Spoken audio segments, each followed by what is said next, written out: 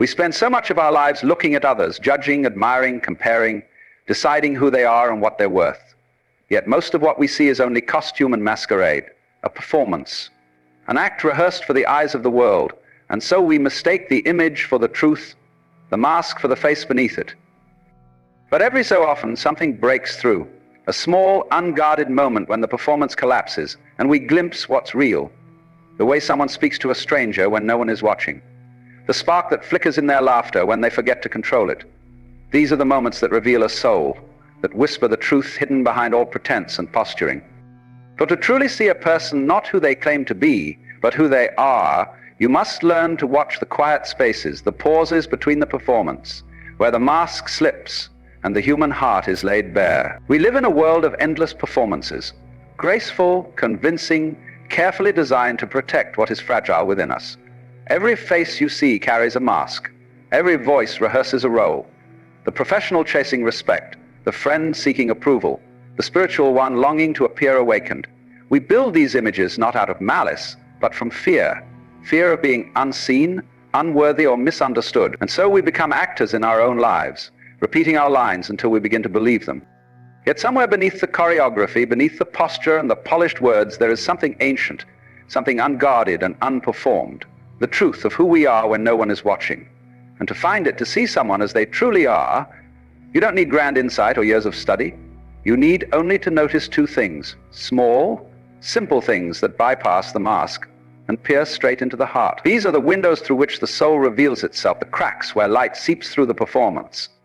To see clearly is not to judge or to condemn, but to witness life as it is, raw, unfiltered, and achingly human. The first truth is simple, but it cuts deeper than most are willing to look. If you want to see who someone truly is, watch how they behave when there is nothing left for them to gain, no eyes upon them, no reward to reach for, no advantage to win.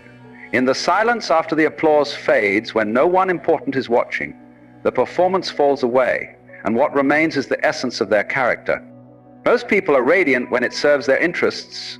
The salesman is gentle when he wants your trust. The lover is tender when he longs for your affection. The leader is humble when the crowd is near.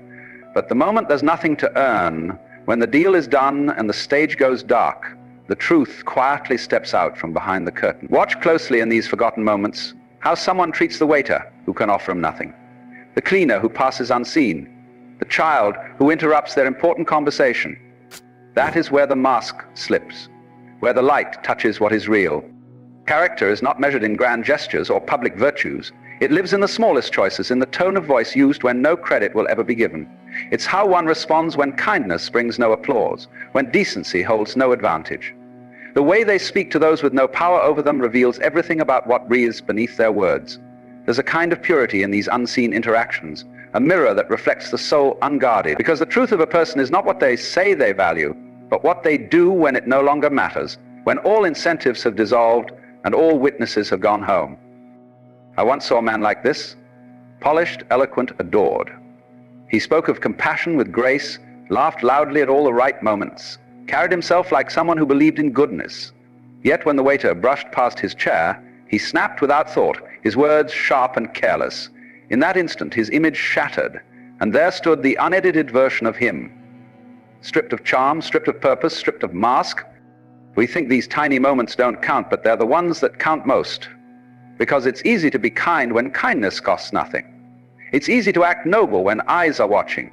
But when no one sees, when there's no benefit to pretending, the soul reveals its natural shape, like water returning to its level. And that is the quiet truth. Character isn't what we perform. It's what remains when performance ends. It's not the version of ourselves we curate for the world, but the pattern that repeats when no one's keeping score. If you truly want to understand someone or yourself, look there in the ordinary and the overlooked, in the way you treat those who can't advance your story, in the tenderness that appears when there's nothing left to earn.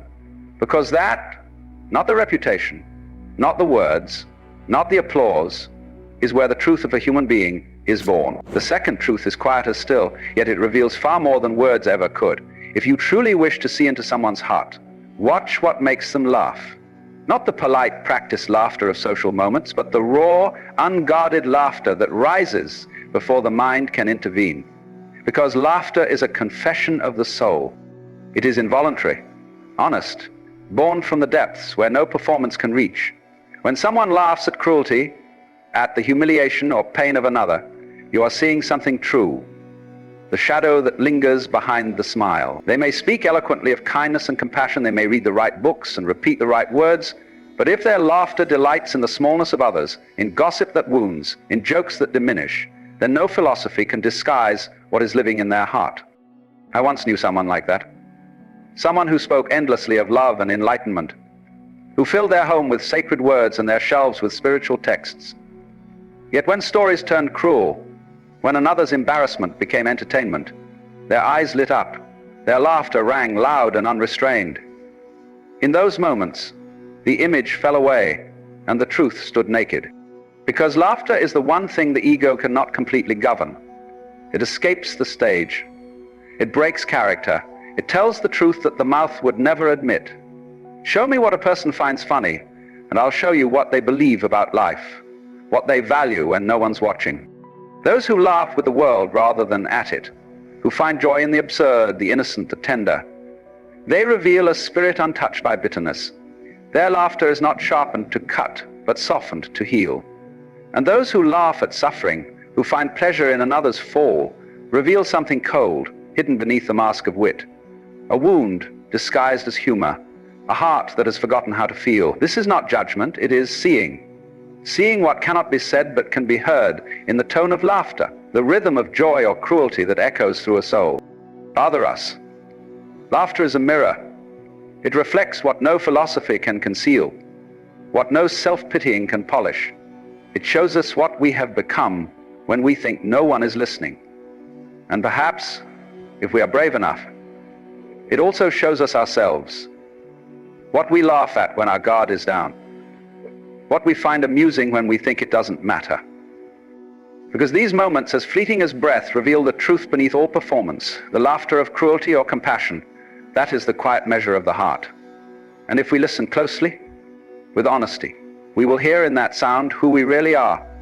Not the version the world applauds, but the one that whispers in the spaces between our words, laughing softly in the dark. And then something begins to shift. The mirror turns. Because once you start noticing these things in others, you inevitably begin to see them in yourself. You catch the flicker of impatience in your tone when no one important is listening, the small cruelty in your laughter when someone stumbles, the subtle performance you give when you think you must appear kind or wise. And for a moment, it's uncomfortable, this seeing without disguise. But that discomfort is sacred because awareness is the beginning of transformation. You can't change what you refuse to see. And so the work begins not in condemning yourself, but in observing yourself with the same clarity, the same honesty, the same gentleness with which you watch the world. You start to realize that your character is not fixed.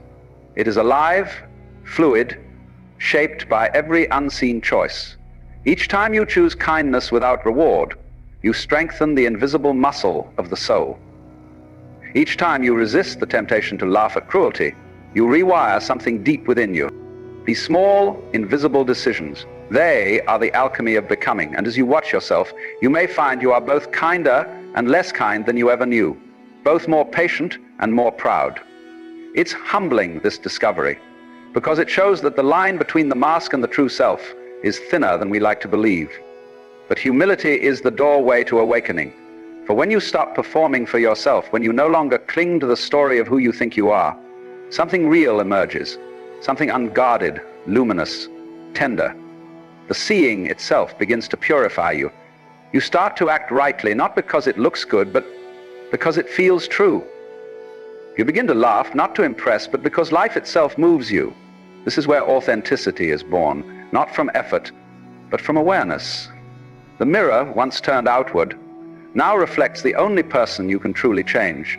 And in that reflection, stripped of costume and expectation, you finally meet yourself. Not the character you've played, but the presence you've always been beneath it all. Clarity is a kind of mercy, a quiet revelation that arrives when the illusion finally dissolves. To see clearly is not to judge, but to awaken from the dream of appearances.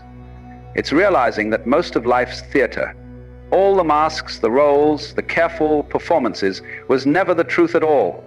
only a dance of shadows on the wall. When you begin to look past the surface, past the noise of words and reputation, something profound begins to happen. The world softens. You stop mistaking performance with presence. You stop mistaking the act for the actor. You begin to sense the fragile beauty of being human, flawed, unpolished, unguarded, real. The art of seeing is the art of quiet attention. It is found in how someone treats a stranger who has nothing to offer, or in the warmth behind a laugh that expects no reward. It's the awareness that the smallest, most ordinary moments, the ones we think don't matter, are the purest mirrors of who we truly are. Because those are the moments when the curtain falls and the story stops, and what remains is something beyond image, beyond identity. There, in that stillness, you see the truth of others and of yourself, not as something to fix, but as something to understand. And perhaps that's what wisdom really is, not knowing more, but seeing more clearly. Seeing that every soul is trying in its own imperfect way to love and be loved. Seeing that behind cruelty there is confusion. Behind indifference there is fear. Seeing that the same light that reveals another's truth also reveals your own. When you can see without armor, you can love without condition. When you can look at another human being not for what they claim to be, but for what quietly lives within them, you begin to live differently. You move through the world with eyes that no longer seek performance but presence. So don't listen too closely to what people say about themselves. Listen instead to what their laughter reveals when they forget to pretend. Watch what they do when there is nothing left to gain, because there, in those small, unnoticed moments, lies the essence of character, the heart's unspoken language, and once you learn to see it, you can never unsee it. For when the curtain finally comes down and the audience goes home, only truth remains, soft, unadorned, and quietly shining. In the end, it all comes down to this. Once you can see clearly, you can choose clearly, not through judgment, but through understanding.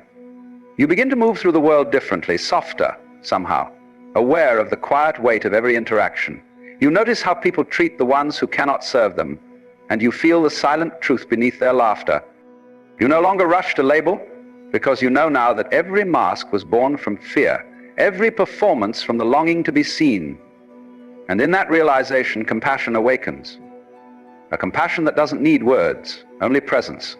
Because this is not about judging others, it's about seeing reality as it is, tender, imperfect, achingly human.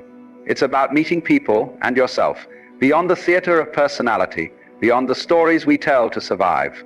The real measure of a person is not what they claim to be, but who they are in the smallest moments. The moments they think don't count. They are the quiet architecture of the soul. So as you leave this reflection, let it stay with you. Watch gently, listen deeply. Notice how you behave when there is no one to impress. And what stirs laughter in your heart when no one is listening. Let that awareness guide you, not as a rule, but as a light. Because when you live with that kind of seeing, your life begins to change in ways you cannot plan. You attract what is true, you create what is real, and you become someone whose presence itself feels like kindness. And if this message touched something within you, share it, not for numbers or noise, but because the world needs more people who can see with clarity and love with depth. Remember, the curtain always falls, the audience always goes home, and what remains in the quiet after the performance is who we truly are.